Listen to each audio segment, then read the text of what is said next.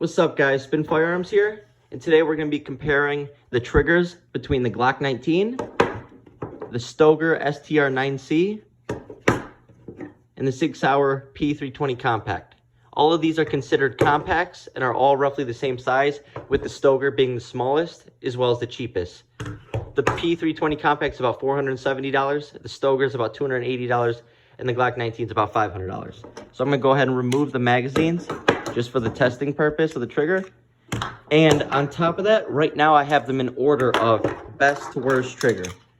And this is just for my firearms. A lot of Glocks, their triggers vary, so I get that. But when it comes to the trigger that came on my Glock, this is the order. The SIG's got the best trigger, then the Stoeger, then the Glock 19.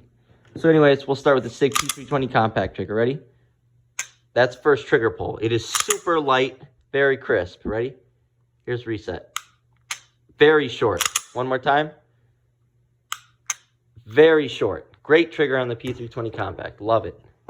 Now here is the Stoeger. It's a beautiful looking firearm. Feels really good in the hand. Holds 13 plus 1. Comes with a rail. Downside, only one magazine. So I'll show you first trigger pull.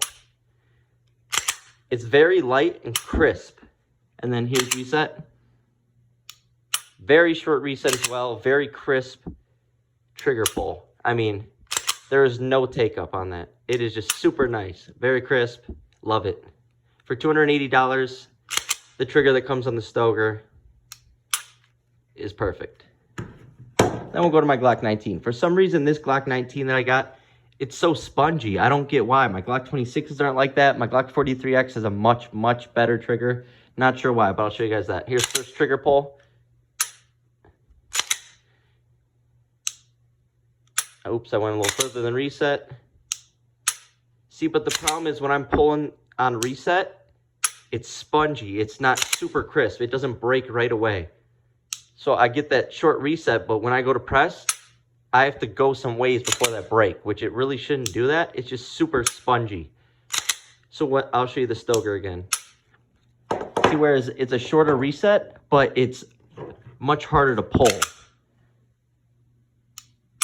I mean, that's as crisp as can be. This is perfect for shooting. It's not a lot of travel. There's no sponginess at all. I mean, that breaks right away. So, like I said, those are those three firearms. They're all great firearms in my book. You can't go wrong with any of them. But if you only have about $300, you can't go wrong with the Stoeger. It does have a better trigger than the Glock 19. But if you wanted to upgrade from that to something that's a lot more bulky, but you can also change out the frames to fit your hand and what you like, the P320 Compact is an awesome option. But when it all comes down to it, the Glock 19, it's just been a great firearm for me, regardless of the trigger. Can't go wrong with the 19. But like I was saying, I do praise Stoeger for this firearm. It is awesome. Yes, it has less capacity, but it's also smaller. It might be easier for concealed carry. Thanks for watching.